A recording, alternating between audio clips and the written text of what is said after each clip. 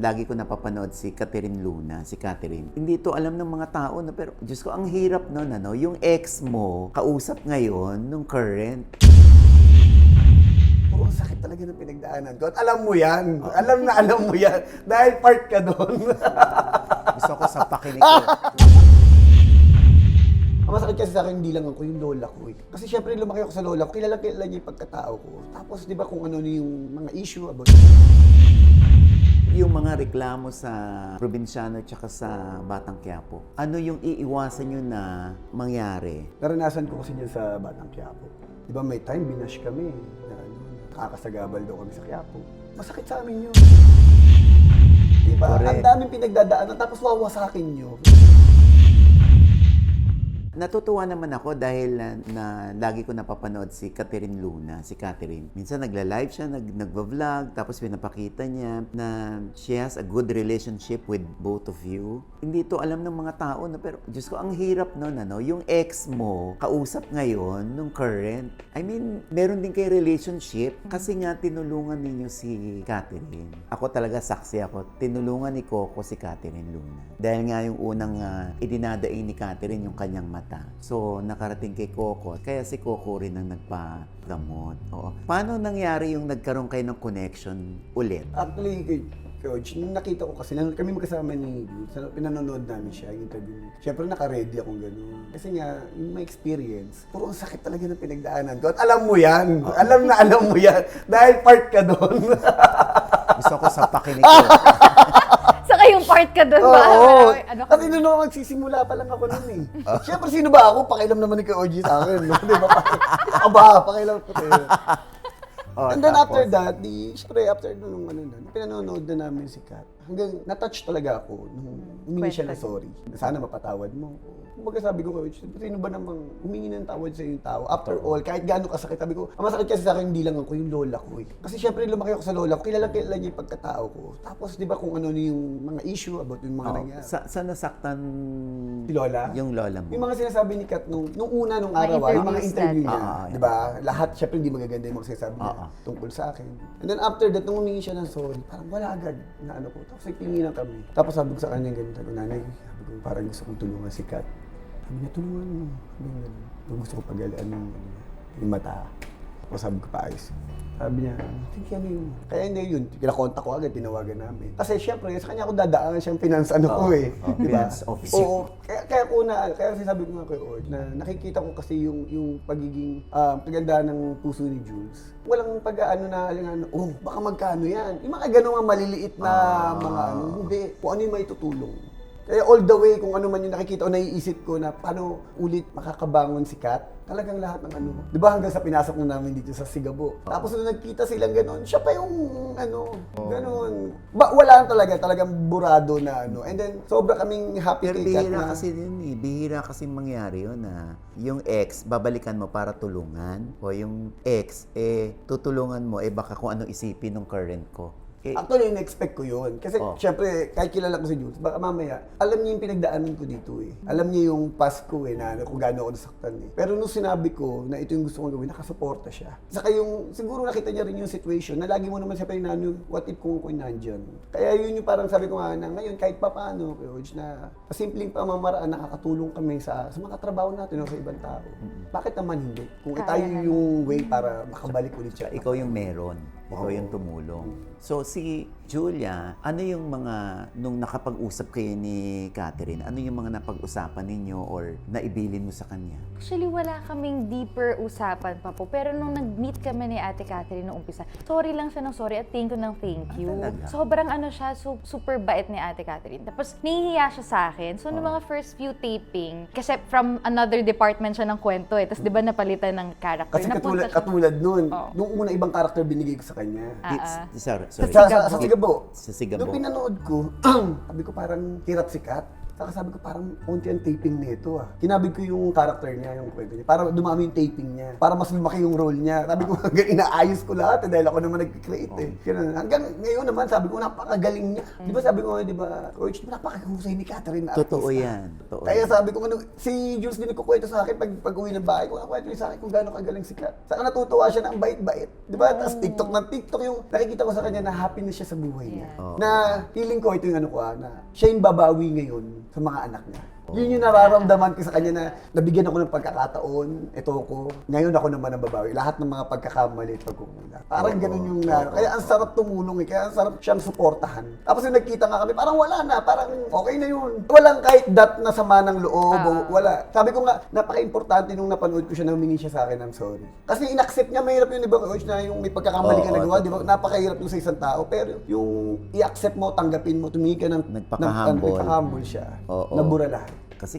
nung nagkukwentuhan kami ng 2012 ni Coco pa, sobrang siyang nalungkot. Akala niya kasi, di ba? Sasabihin ko ba rito, akala niya kasi, kanya, hindi naman pala. Actually, yun yung sasabihin ko din natin nakukwento pa. Alam ko po yun from the very start kasi open ka nun eh. Oo, Kaya sobrang hindi siya siya naging nalungkot. issue talaga. Akala ko akin, hindi naman pala sa akin. Si Nicole nga meron ng kwento. Di ba pinasok ko si Nicole?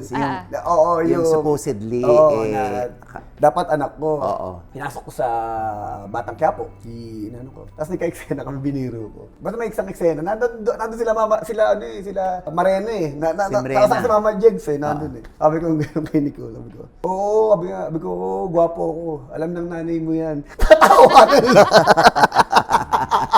Basta joke lang tayo sa akin. Tatawanan lahat. Alam ng nanay mo yan. Ang importante dito, no, yung katotohanan, hindi mo tuluyang tinalikuran yung nakaraan mo at ito nga yung nakaraan mo na nangangailangan ng tulong. Hindi, gano'n naman talaga si Coco eh. Kasi marami rin naman ako nababalita ng mga taga-industriya na tinutulungan niya ng patago, ng palihim. Sobrang dami po. Kasi pag in-announce mas maraming hingin ng tulong.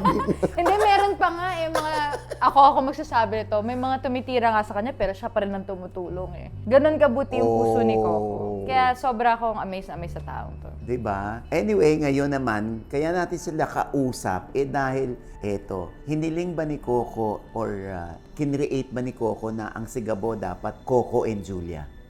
Hindi yung Coco, basta ang leading lady ko si Julia. Ako talaga, inano ko talaga.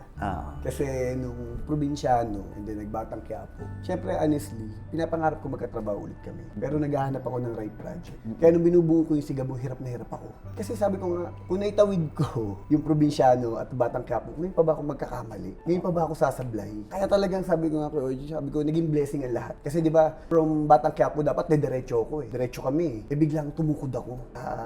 Gitna ng taping. Talagang kita mo, bagsak na yung mukha ko. Pagod na pagod na. Ano yung diretso tapos tumukod ka? Anong Dapat ibig ako rin sabihin? papalit sa Batang Quiapo eh. Pagka-ending ng Batang Quiapo, Ay, Monday, Sigabo na. Sigabo. Pinromote ko na eh. Oo nga. Naudlot. Oo, pero sabi ko, kaya ng utak, di na kaya ng katawan. Nakita ko rin yung production, yung mga directors ko, yung production pagod na. Kasi nilakihan namin yung ending ng probinsyano eh. Sabi nga namin kung anong deserve ng tao, yun ang ibibigay namin. Eh syempre, ang pilot, mas malaki dapat dun kaysa sa Batang Quiapo, mas malaki ang Sigabo.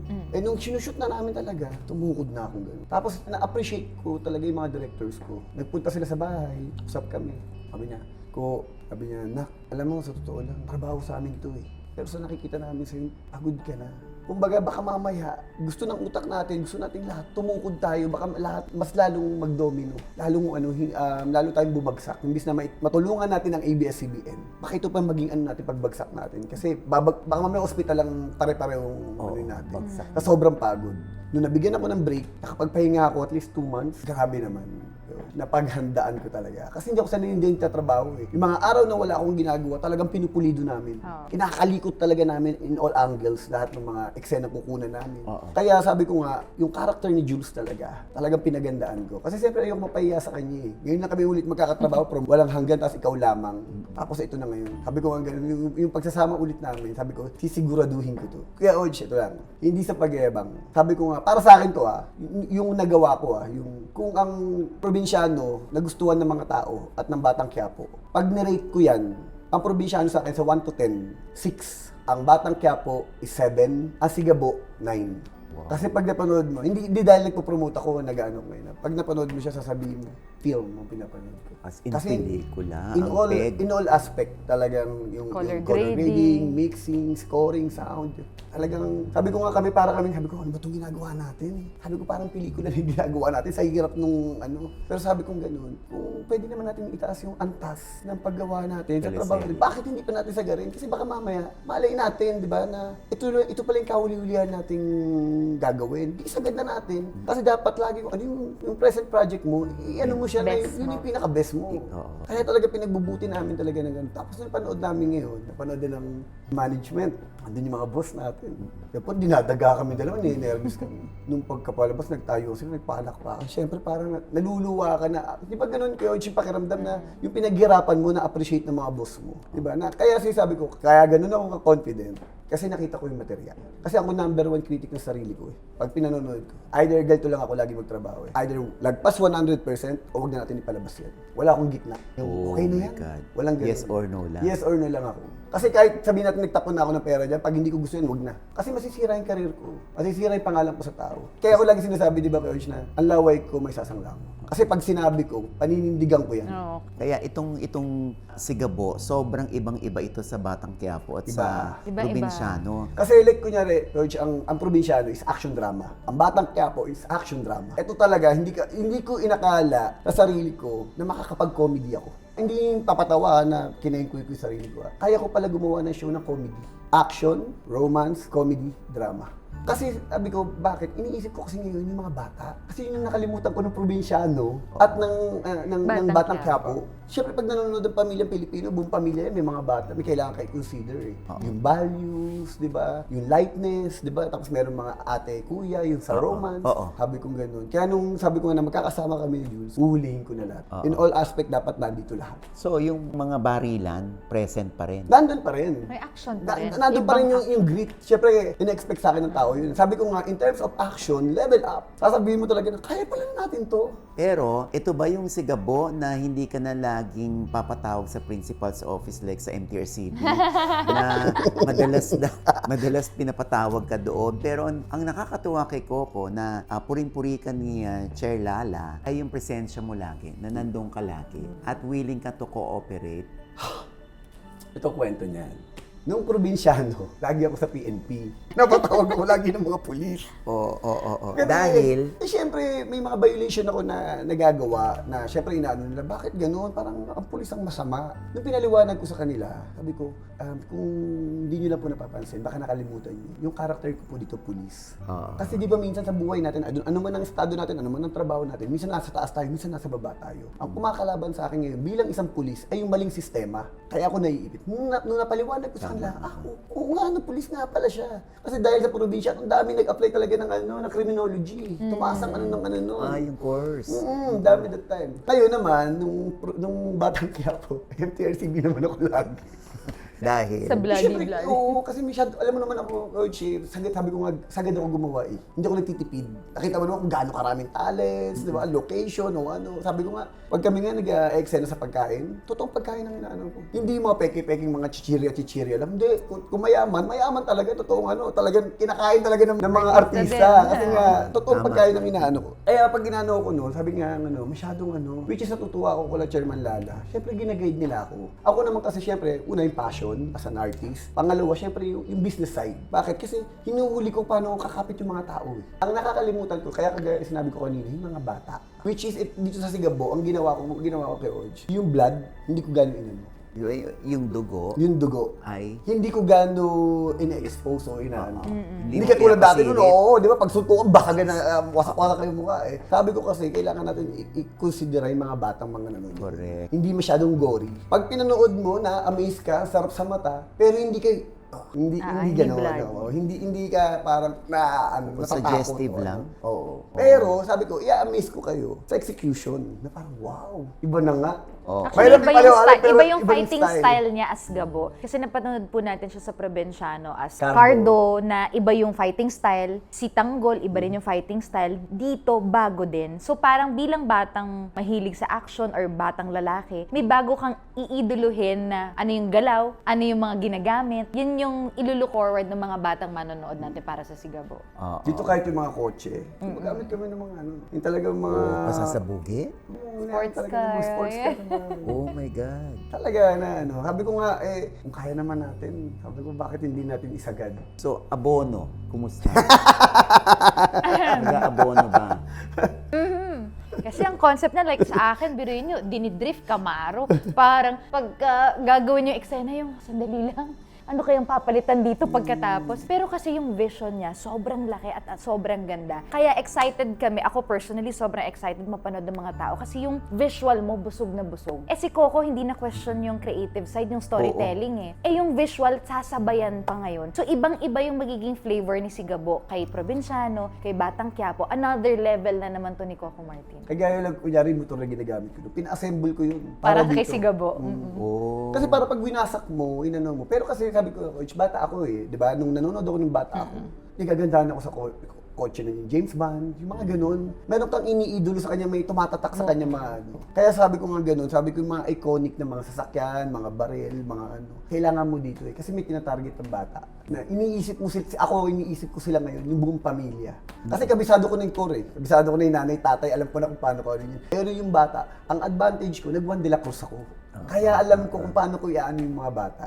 Di ba sa Juan de la Cruz, yung ano niya doon, yung mga espada, latigo, mga pana. Ito sabi ko, gusto ko yung mga kotse, yung mga motor na ginagamit. May dinidream na makuha yun. Oh, so ang concern nyo ang bata. So dati, ang sinasabi ng ilang netizen ay misogynistic or may misogyny sa bawat teleserye ni Coco. Yung pinabababa yung uri ng mga kababaihan at yung kapasidad o yung kakayahan daw ng babae ay parang minimenos sa teleserye ni Coco. Dito, sa Sigabo. Ako sasagot nun, kasi bilang babae ako, yung sa Batang Quiapo, I think sa Batang Quiapo yan lumabas po Yung Batang Quiapo, ang nakakalimutan kasi ng tao, siguro nakatutok tayo kay Tanggol alone. Pero yung in reality po, yung mga kwento ng mga babaeng character sa Batang Quiapo, yun talaga yung totoo ring nangyayari sa ibang tao. Maaring hindi sa atin personally, as bilang babae, pero nangyayari siya. Pero di ba yung character ni Tanggol ang nagtatanggol? Hindi dahil sa mahina yung babae, but sometimes, ako personally, as babae, may hindi tayo kayang gawin na minsan kaya ng lalaki. Pero hindi natin sinasabing mahina ang babae. Kasi yung pinagdadaanan ng mga character sa Batang Quiapo, yun palang strong women na sila Yun palang pinapakita na natin na hindi rin nagpapatalo ang mga babae. Kaya lahat ng mga characters doon, hindi sila sumuko sa buhay, sa laban sa buhay.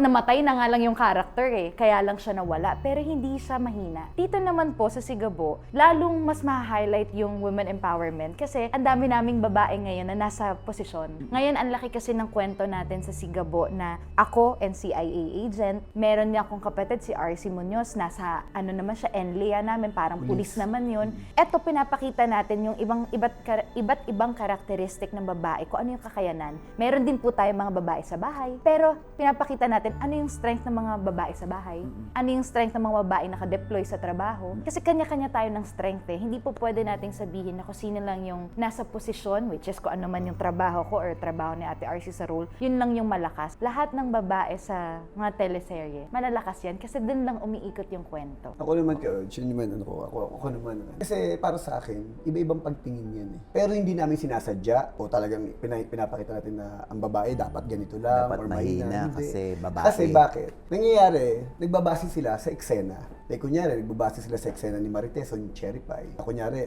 sinasaktan ni Rigor o whatever ni Rigor. Pero meron tayong Tita Irma Adlawan. Siya nagpapaikot ng kwento bilang kontrabida. Meron tayong Tita Chanda, di ba? Na nagpapaikot din ng karakter doon sa babae. Meron din tayong Angel Aquino. Malalakas yung personalidad. Hindi nila tinignan yun. Na, ba't yung babae ngayon na nagpapaikot dito sa mga bakit yung babae yung nag-iisip? Ang tinignan lang nila, yung karakter ni Marites. Which is, ang pinapakita ko kasi doon. Tsaka si Tinding. Si Si Ma'am Charo. Di ba si Ma'am Charo, palaban doon na ano eh. Oo. Yun yung mga lakas ng mga girls doon sa Batang Quiapo. Parang umano yata sila doon sa Batang Quiapo, yung buntis na hindi na nga nanganak, pareho pa yatang namatay. Kaya yung sabi ko, Coach, which is ang tinitignan nila is eksena. Hindi yung overall ng project. Kasi hindi naman pwede lahat strong naman yung babae. Hindi ba balance eh. Ang pinapakita ko kasi doon, siyempre pag bumubuo ka ng kwento o ng character, tinitignan mo yung bawat plots. Hindi po pwede lahat nakaangat. Tapos ang mangyayari naman doon, sasabihin naman, pag inangat ko lahat ng babae, pinahihina ang lalaki. Hindi naman. At kumbaga, hindi lang siguro nila na siyempre kumapit sila doon sa eksena, doon sa buntis na yun nga namatay. Eksena yun eh. Ba't hindi natin nakita yung ibang mga character? May iba pang mga character na malaki. Sabi ko nga, like kunyari nila si Tinding. Di ba si Tinding yung naglalabas ng balisong, hindi mo nga siya pwedeng ano. Saka yung word of wisdom ni Ma'am Charo ni Tinding dun eh. Yun ang napaka-strong nung character. Okay. So yung mga reklamo sa probinsyano tsaka sa Batang Quiapo, ano yung iiwasan nyo na mangyari at makita dito sa Sigabu? Honestly, hindi ko alam. Alam mo bakit yun? Kasi ganito yan. Ako ang driver eh. Hindi po pwede na all the time na ang daming, alam naman natin sa social media ngayon, ba? Alam naman natin sa ano ngayon na lahat may boses. Lahat may Lahat may opinion. sinasabi. Oo, di ba? Pag pinakinggan ko yun, mawawala yung diskarte ko. Basta ako, like ako, ano pinakikinggan ko ngayon? Si Chairman Lala. Pag pinatawag ako ng FTRCB, may sinabi sila sa akin, nakikinig ako. Ina-adjust ko. Pero yung para pakinggan ko, hindi ko sasabing hindi ko pakikinggan yung opinion ng ano piling-pili. Kasi syempre sabi ko, iba-ibang intention eh. Di ba minsan may magko-comment sa atin, parang, hindi naman yung intention natin, hindi naman yung ibig sabihin, pero iba yung nakita niya. Minsan may mga i-consider ka. Tsaka yung alam mong tinitira ka lang. Oo. Kaya sabi ko, Coach, mahirap kasi na ano eh. Kasi kumbaga, tayo, di ba, sa buhay natin, tayo ang humawak nito nung nagsisimula tayo hanggang nasaan man tayo ngayon. Tayo nakakaalam. Kung madapa tayo, ay pa rin naman yung babangon. Alam ko sa buhay ko, darating siguro yung point dito sa career natin, may tendency madadapa tayo. Pero tayo pa rin yung babangon. Pero pag yung bang tao ang kinonsider natin sa buhay natin at sila na nagpagalaw sa atin, yun na mahirap. Mawawala na sa pulso. Mawawala na tayo. Hindi na natin mararamdaman yung ano natin, yung pulso natin. Puppet ka na nun. Saka siguro, ma-add ko lang na sa sinasabi po ni Coco, ang tendency kasi sa atin, kapag din lagi nating susundin yung comments lang, nagiging pare-pareho yung shows. Exactly. Kasi kaya nga po nagkakaroon ng iba-ibang kwento ang bawat teleserye because iba-ibang concept. Pag sinunod natin yung comments lang sa social media din, ang tendency, sila rin ang magko-comment na pare-pareho na lang. Kasi nga, yun yung comment natin eh. Di ba yun yung mindset natin sa teleserye? Ano yung dapat kwento? Dapat ganito, dapat ganyan. Pero di ba tayo nga nanonood tayo sa ibang series, we're looking for ano yung iba. So, ito, siguro sana mas maging open lahat ng tao. Tignan yung kabuuan rather than specific eksena or parang kung saan ka lang nakaka-relate. Kasi sayang ang talented nating mga Pilipino, lagi natin sinasabi yun. Tayo pag sinabak sa isang sitwasyon, bumuo ka ng ganito, kayang-kaya ng Pilipino. Samantalang sa ibang bansa, meron silang luxury ng time, luxury ng budget. Tayo, nakakabuo tayo ng pelikula, ng teleserye, ng cramming yung oras, tapos yung budget, ito lang. Pero ang ganda ng nagagawa natin. So sana mas maging open lang tayo para din nare-reach natin yung potentials ng bawat isa. Kasi ang dami nating potentials. Like kayo, Orange, diba ito? Ano ko na lang to? Dagdag ko na lang. Naranasan ko kasi dyan sa Batang Quiapo. Di ba may time, binash kami na nakakasagabal daw kami sa Quiapo. Masakit sa amin yun. Ay, oo. Kasi bakit? Sana alam din ng mga taong nagsasalita na sumasaw-saw lang na ilan yung mga tao na bibigyan natin ng trabaho doon. Kasi unang-una, alam mo ba sa Quiapo, Manila, ilang barangay ang aanuhan mo ng permits na bibigyan mo ng trabaho. May barangay dito na, mga barangay tanong na magbabantay sa'yo dito, may barangay tanong na magbabantay sa'yo dito. Tapos lahat ng mga tatamaanan, babayaran mo yun, aanuhan mo yun. Pero pag may nagreklamo na isa na hindi na ibig sabihin, hindi ako involved doon, hindi ako ano. Di ba, hindi naman lahat magugustuhan eh. Di ba, halimbawa sila, kumbaga doon kayo nag-shooting, eto, hindi kami natitindahan, hindi kami napupuntahan. Siyempre, may opinion, di ba? Ang tendency, yung isang opinion, talaki. Bakit? Sasawsawan eh. Yung negative, yun yung sasawsawan eh. Hindi nila nakikita yung ano yung magandang na idudulot ng show. Sana nakikita rin yung iba na parang, alam niyo ba pag nag-shooting diyan kagaya yung nangyari sa Forevermore. Di ba, naging tourist spot yung lugar sa Baguio. Sa Baguio. Napopromote in a way yung lugar. Di ba, like, kunyari, lalo na yung sa Presa. abroad, di ba, na parang, ganyan pa lang saan. Sabi ko, sa ibang bansa nga, nagiging tourist spot ng pinagsushootingan, nagkakaroon ng value. Pero sabi ko nga, yung iba, imbis na tumulong, tumasaw-saw, para magkaroon ng opinion, o magkaroon ng, alam mo yun, Mema lang. Oo, para masakit sa amin yun, kasi nga parang, yung good intention, nawawala, nasisira. Kinalimutan nila. Paano na pag wala nang gumawa? Parang gano'n, Coach, na hindi nila alam yung akala nila sa opinion nila para makakuha lang ng views, whatever. Makasakay lang, sumikat lang. Sana nakikita rin nila yung ibang mga tinatamaan. Oh, so dito sa Sigabo, bumubusina na kayo sa mga kalye o kalsada na magagamit para sa Sigabo. Coach, nagpo-produce ka.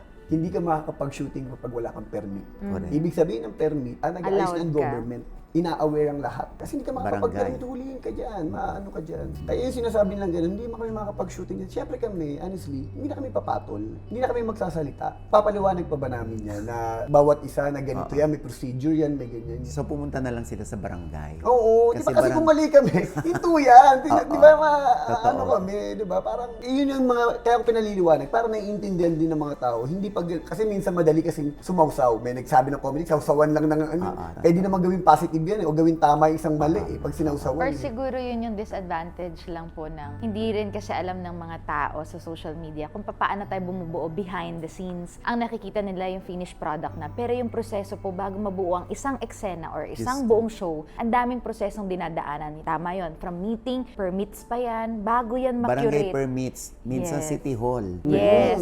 Kasama po yun. Kasama yun. Lahat po, bago nyo mapanood ang isang eksena lang po, matagal na proseso yan. Ang daming pagdadaanan. Kaya sana yung mga comments, i-consider din yung due process at lahat naman po dumadaan sa due process. So parang pinaparamdam nyo na ba sa amin kung gaano ka laki itong Sigabo dahil ang dami-dami ng permits na involved? Kasi ang ganda ng vision niya talaga. Sobrang laki. Akala ko dati po, nung Batang Quiapo, malaki na yon. Kumbaga, sobrang laki na. Dahil from ang probinsyano, nag-Batang Quiapo. Tapos nung sinabi niya magsasama kami, sabi ko, naku, kung ano na naman kaya to. Tapos nung napasama na ako sa production, ay, ang laki nga. Kasi ang daming proseso. Yun yung sinasabi nating due process na kada isang eksenang iisipin ni Coco, lahat yan. Set up ng ganito, bahay, hindi po pwedeng bahay lang, loob lang. Lahat yun. Kasi di ba si Coco, pag napapansin niyo po sa mga nanonood po sa atin, pag gumagawa si Coco, hindi lang bahay, pickpack. Pickpack yung tawag natin sa atin po, di ba? Yung 2 shots lang. Siya, pinaparamdam niya yung ano yung lugar. So, pag Pinapaamoy nanonood ka, niya.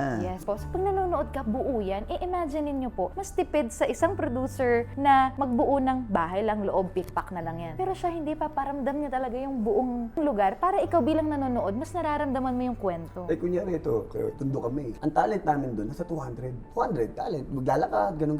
Siyempre, minsan ang gagawin mo, lahat ng mga ibang mga, kulang tayo sa talent. Parang, kasi pag kinuna mo yung tundo, konti pa yan. Kukuha kami ngayon ng, ng Taga-tundo. spot talent. Pero yung pati yung mga doon nagkakaroon ng Trabaho. trabaho. Oo. Like ako, kunyari, galing ako sa indie eh. Ang gusto ko yung totoong itsura. Kaya yung mga bata doon, yung kinukuha ko. Kasi like ngayon, 4 hours na lang yung bata eh. Sabi ko nga, naaawa ko sa mga bata ngayon kasi wala na tayong magiging child superstar eh. Kasi, syempre, di ba, yung mga producer maiipit ng gumawa ng ng show o ng pelikula para sa bata. Ngayon, kaya ako kinukwento to, na sana bago nila yun, sana nakikita rin nila yung dami ng natutulungan. Hindi lang yung show natin yung mga taong gumagawa. Kasi, hindi, totoo yung sabi ni Jules, hindi madaling gumawa. Di ba? Correct. Ang daming pinagdadaanan, tapos wawasakin nyo. Saka hindi naman intensyon nito para manira. Ang intensyon nito, para bigyan tayo ng entertainment, para bigyan tayo ng napapanood gabi-gabi, magkaroon ng saya yung pamilya, ng inspirasyon, tapos ba't ganun? Parang, Oo. Sino ba si Coco Martin dito sa Sigabo? Kasi nakilala na namin si Julia, pati si RC Munoz. Si Coco, bakit mahaba yung buhok niya? Kasi, honestly, hirap ipaliwanag eh. Kasi may mga technical side na Yung character ko kasi dito, mayaman ako ng bata. And then after that, napunta ako dun sa Islam area. Wala akong choice. Mapapanood mo yan, George. Wala akong choice. And then after that, nung nakulong ako ng matagal. Kaya nung nakukulong ako, nung paglabas ko, humaba ako. Kaya ako sinasabi yung technical side na Kasi nung inaaral ko siya, di ba, like sa probinsyano, may klibo ko. Tapos nung Batang Quiapo ako, iniba ko ng style. Ngayon naman, nag-long hair ako. Kasi sabi ko, para nadi-differentiate ng mga manonood, yung bawat show o character na pinanonood nila. Para ibang-iba, di ba? Yung kailangan din kasi nag-e-effort ka doon sa looks di ba? Sa itsura ng character. Na eventually papagupit din siya. Titignan ko pa. Depende kung kaya niya yung Depende pa yan extension. Oo, depende pa yan At nakakatuwa rin na si Coco ay hindi pa rin iniiwan ang ABS-CBN. Kasi Coach, ba, sila nagbigay sa amin ni Jules ng oportunidad. Sila naging daan para matupad yung mga pangarap namin sa buhay, matulungan namin ang aming pamilya. At ngayon, sa pamamaraan namin, kami naman, honestly, bibigay lang ng trabaho Ang ABS-CBN ang tumutulong doon sa mga artista na mga nawalan na ng trabaho, na hindi na nakikita sa pelikula o sa telebisyon. Kaya napakalaki talagang tulong ng ABS-CBN. Ikaw yung nakikilala ko na tinutulungan mo at binibigyan mo pa ng second chance o ng pagkakataon pa yung mga dati ng artista. Tapos bigla na nakikita na lang namin sa programa mo. Kasi- anong ano nito? Anong dahilan nito? Kasi Kuya Od, sabi ko nga, nung bata kasi ako, yung lola ko, lagi ako sinasama pag nanonood siya ng pelikula. Yung mga golden age ng movie industry natin, di ba? Kaya kilala ko sila. Dahil tagahanga nila ako. Siyempre, pag baguhan kang artista, pag nakakita ka ng artista na amaze ka, hindi ko alam kung bakit, anong ko, na hanggang ngayon, no joke to anong ba tagahanga pa rin ako? Totoo. Pero siyempre, hindi ko na pinararamdam, hindi ko na pinapaano. Pero pag nakakatrabaho ko, like, kunyari, sila Christopher De Leon, di ba? Yun nga, sila Ma'am Chana, makakatrabaho ko. Kaya yung pag nakakuha ko yung mga, like, kunyari nga, kasama ko nga dito yung mga soft drinks beauties. Si Coca Nicolas, Nicolas, si Sarsi Emmanuel, si Myra Manibog, oo, si Mirna Castillo. Siyempre, kumbaga, sabi ko, ito yung mga yung mga icons to, yung mga veteran actress to Kumbaga, parang sa akin, makasama ko sila dito. Pribilehiyo para sa akin yun. Hindi yun yung parang, kumbaga parang, yung hindi man nung araw, nakatrabaho ko pa rin sila. Parang yung pakiramdam ko nung nakatrabaho ko si Tita Susan at si Gloria Romero. Hindi ko akalain sa tanang ng buhay ko na aabutan ko sila. Di ba? Si Tito Eddie Garcia. Yun pa rin ako hanggang ngayon. At saka sa mindset ko naman po ito as a producer. Hindi alam nung iba, nakakalaki sila ng show. Saka, pangalawa, ano pa? Ito pag kinuha ko, definitely marunong na to. Hindi ako magtuturo ng parang zero na... Gagrasahan mo lang. Oo, di ba? Gagrasahan mo na lang. Tatakbo na ulit ng maayos to. Saka sabi ko nga, ganun di ba, George? Ganun naman dapat talaga Dapat nagtutulungan kayo Ngayon na andito ka, dapat natututo kang Kasi dati, hindi naman ako, dito ko walang mga taong tumulong sa akin. Napakarami ng mga taong tumulong sa akin. Kaya ako nandito ngayon. Na ako naman yung may kakayanan, kaya ako naman yung nag-share, tumutulong sa kanila. Ano ang main ingredient ng maayos at harmonious na relasyon? Respect. Yun yung namin ni Jules, yung respeto sa isa't isa. Kaya sabi ko nga hanggang ngayon, kinukwento ko, yung ba't kami nagkakayaan? Siguro sa taas ng respeto namin sa isa't isa. Kasi yung love, Coach, maraming definition ng love Pero yung respeto, kasi isa lang yan, klaro yan Kaya sabi ko nga, ang sarap lang sa pakiramdam na alam ko yung taong mahal ako, yung kapartner ko, mataas yung respeto sa akin. At ganun din ako sa kanya. So dapat ba present pa rin yung hiya kahit matagal na kayo? Dapat. May factor siya po. No? Kasi parang doon natatanggal yung nagkakasawaan na sinasabi nila. Kasi may factor na may mystery pa rin yung isa't isa kahit na matagal kayo. Tapos yung hiya, hindi siya hiya dahil nahihiya ka lang per se. It's more of dahil nga sa sobrang mo nire-respeto yung tao. Ako personally, ayokong magkamali sa kanya. Ayokong may maiisip siya ng hindi maganda. Kasi ganun ko siya sobrang nire-respeto. Yung factor ng respeto, yun talaga yung nagpapa-add ng pagpapataga sa kapagpapaano ng love pagpapastrong. Saka bago ka may sabihin sa kanya, galit ka. Iisipin mo muna siya Kung ano yung mararamdaman niya. Diba kasi pag wala ka respeto sa wala akong pakialam kung ano mararamdaman mo. Hindi. Kaya minsan, pag nararamdaman ko ng may problema, nagtatampo, pag tahimik na lang ako. Kasi alam ko, kinabukasan naman mawawala O kinabukasan lalamig na, hindi man agad-agad, pero huwag mo nang patulan. Kasi pag sinalubong mo, magka-clash sa sabong, saan mapupunta? Kakapalit lang kayo ng hindi magandang salita. Ako natuto ko naging pipi na lang ako. Hindi, yun yung na-appreciate ko kay Coco, grabe. Hindi, yun yung na-appreciate ko kay Coco kasi, sorry sa mga lalaki, mahirap sa lalaki minsan yung iintindihin mo yung emosyon ng babae. Kasi ang babae, di ba sinasabi nga natin, emosyonal kaming babae, tapos ang lalaki, mas logic. Pero kasi siya, hindi dahil sa inaano niya lang ako but more of naintindihan niya na minsan ang babae, meron lang din talagang mood na pagod, hindi okay. Overstimulate siya sa kung ano-ano. Hindi ka na niya nasasabayan. Hindi dahil sa parang ano siya sa akin. It's more of respeto nga niya sa akin na parang intindihin ko na lang kasi kesa sabayan ko. Kasi siya naman din, pagod siya Totoo naman po, pwede naman din siyang magalit lang dahil nga pagod ako, iintindihin pa ba kita. Pero ganun niya ako nire-respect at ganun yung pag-show niya ng love bilang lalaki na, okay, hindi ka okay, sige, bukas na tayo mag-usap. Minsan ta-timing pa yan, okay na kaya to, sige. Tapos pag-uusapan namin yun. Bilang lalaki din, mahirap din na pinag-uusapan yung mga hindi pagkakaunawaan Kaya, in fairness, doon ako saludo sa taong to. Yun I think yung part din na maturity. Maturity ng relationship. May dalawa kasi tagal na rin namin, 15 years. Mas matured ako sa kanya. Patol pa ba ako? Alam ko na yung resulta nito Huwag ko naman ng patulan. I-tiyempo ako, hindi man bukas sa ibang araw, lalamig din. Kasi syempre nagsisimula kami, grabe, di ba? Ako pa, alpha ako Pero sabi ko nga, pag tumatanda ka na, di ba, pag nagiging matured ka na, matagal na yung relationship nyo, naiintindihan nyo, nakikilala nyo na isa't isa. Alam nyo nang i-handle yung relationship nyo o yung mga maliliit na hindi pagkakaunawaan.